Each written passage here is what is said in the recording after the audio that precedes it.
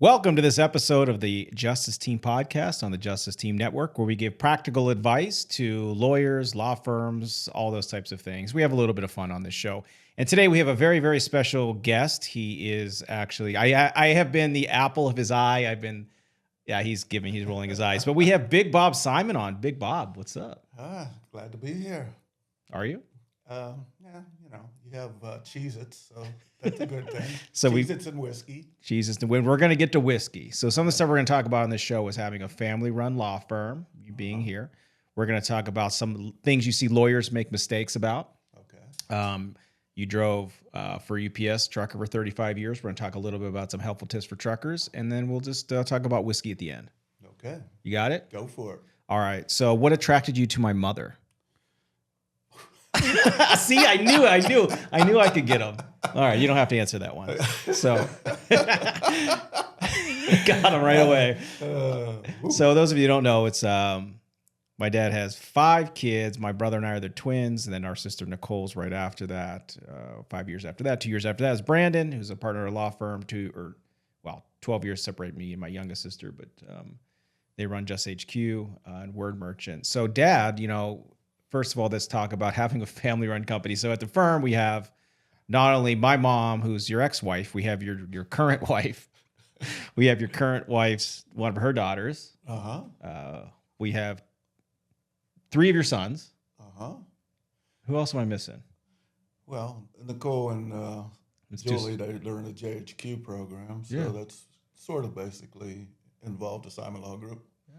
So it's a good thing. I get to keep an eye on them and see the grandchildren and stuff. And you pay me for doing nothing, and it's good life. It's a good life. No, we're in the Torrance office here, Justice HQ, and I just saw my dad pop in because he was, checking on things literally. Dad, can you tell everybody kind of what you do and how at the firm and how you don't step on everybody's toes, or you kind of do? Oh yeah.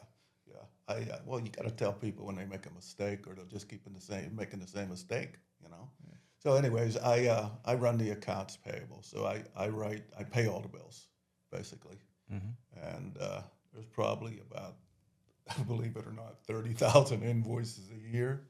Oof. But it's like sometimes there's 25, 30 invoices on one statement, so I just write the one check, and I think I'm writing checks. I when I first got here, I used to, do that. And then one day Brandon said that it was a fake account and they were just having me write checks to keep me busy. So I'm not sure what's true or not. Well, that's true checks and balances right there, right? Yes, definitely. The mental gymnastics to keep you going. But how do you, because you work mostly remotely with Mary, who's your wife, right? And she works at the firm. And how does that go, working in the same house with your wife? Oh, it's fantastic. She goes in one room, I go in the other room. I got a bathroom in my room. She got a bathroom in her room. It's perfect. Do they have Cheez-Its? I'm not allowed to have Cheez-Its at home. So he gets the Cheez-Its and Torrance. Oh, I love it.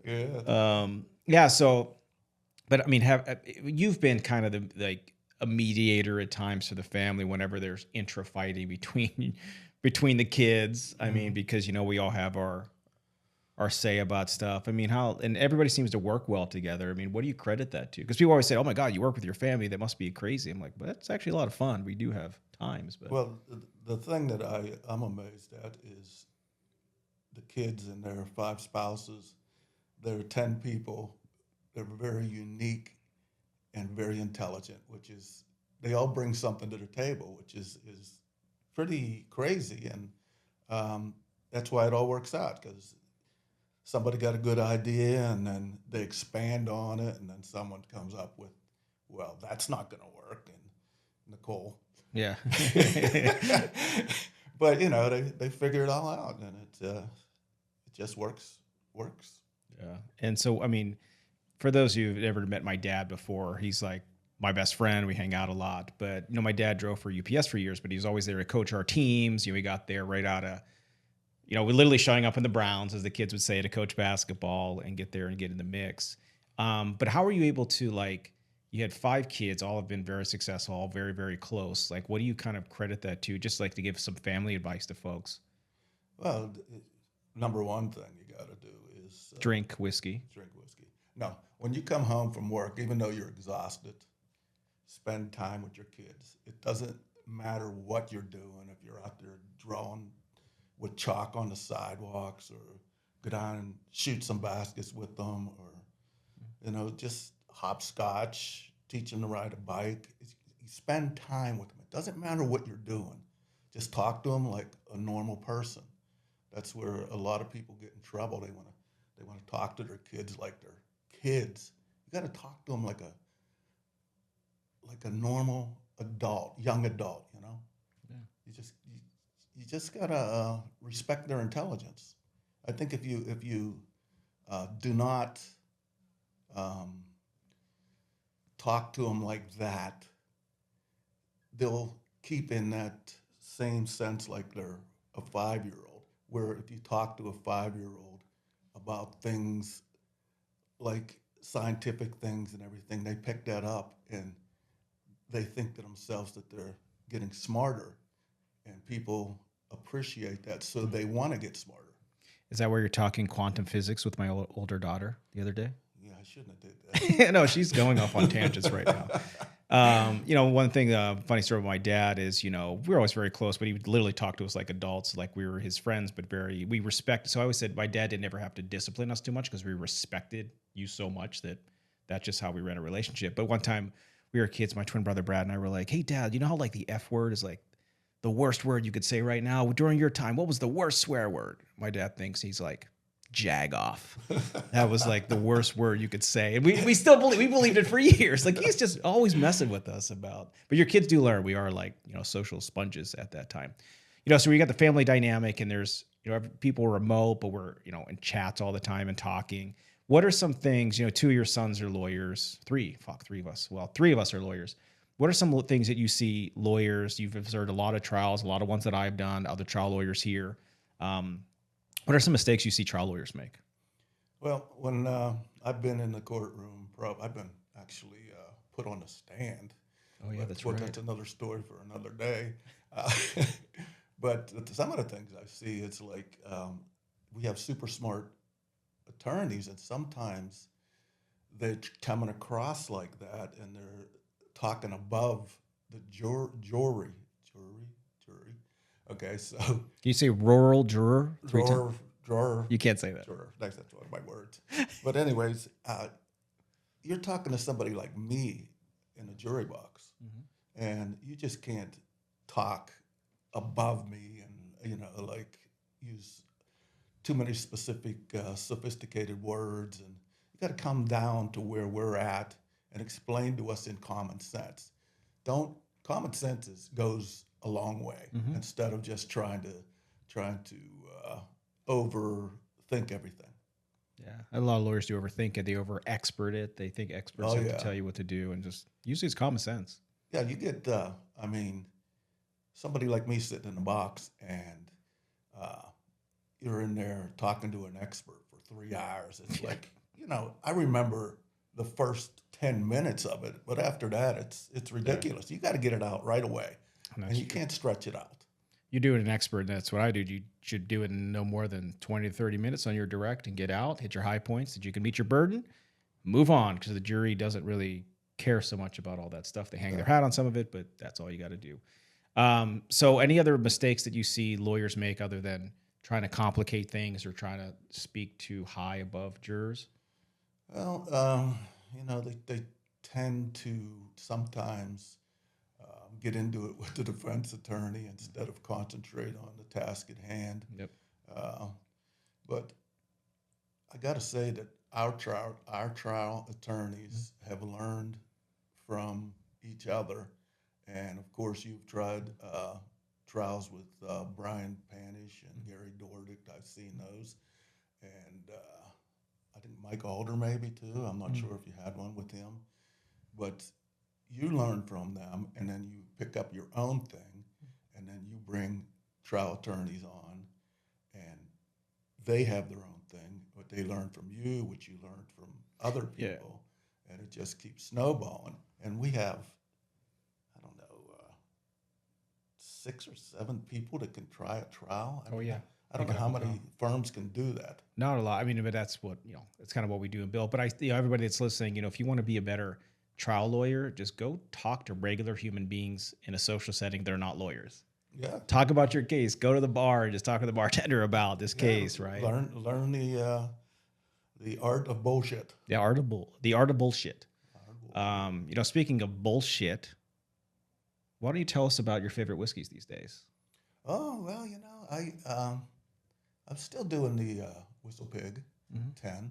I still have probably 13 or 14 Bobs that we got from our private barrel. Yeah, we did buy a private barrel Whistle Pig, and his is called Bob. It just says Bob on it. So, and then outrageous.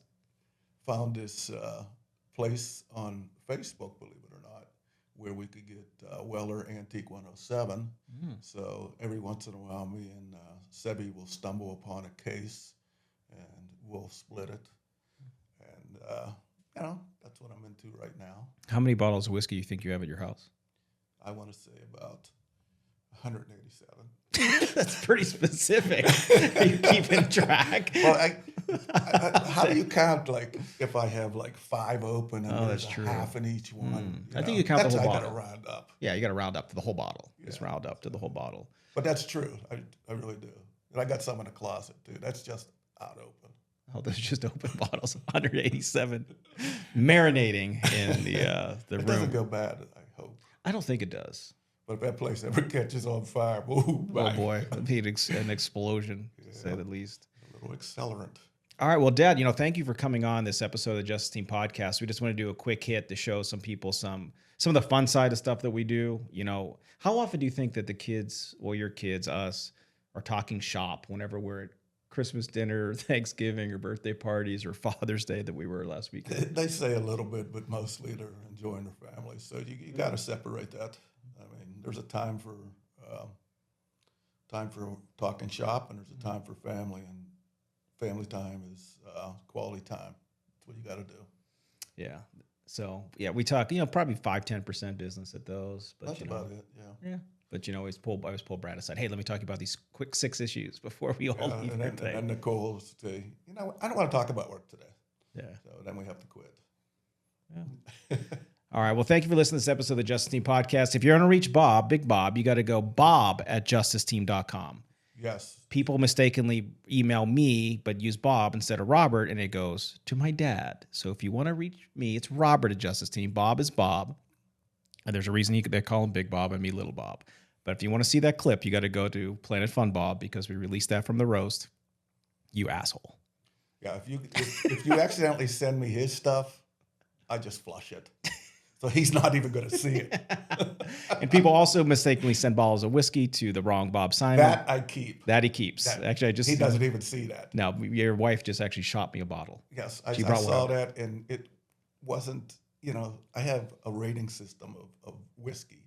It's like, oh man, I really like it. That means I'm going to buy it and drink it. It's like, that's okay. That means, I'll mix it, and it'll be like, the third one is the best. My wife told me I'm not allowed to drink no more. that's just out of there. Yeah, they just God. That's a re-gift situation. Well, go to justiceteamnetwork.com if you have any questions, concerns, want to be a guest on the show, or just if you want to reach me, reach out to bob@justiceteam.com. Include a lot of pictures. He loves to correspond. You can call him at any time. He loves to talk at any hour of the day. Bob@justiceteam.com. Thank you.